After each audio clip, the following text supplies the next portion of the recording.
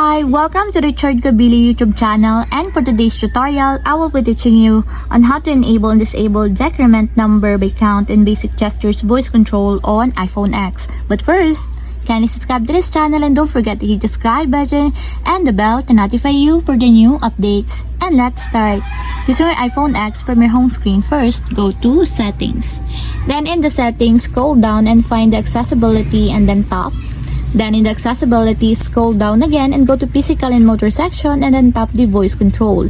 Then in this part in the voice control, go to this section and then tap the customize commands. Then in this part in the customize commands, find and tap the basic gestures.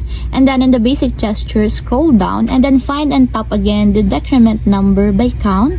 Then in the decrement number by count, as you can see that it is already enabled. But you have to activate also the switch button under the confirmation required to fully enable the decrement number by count in your basic gestures until it becomes green.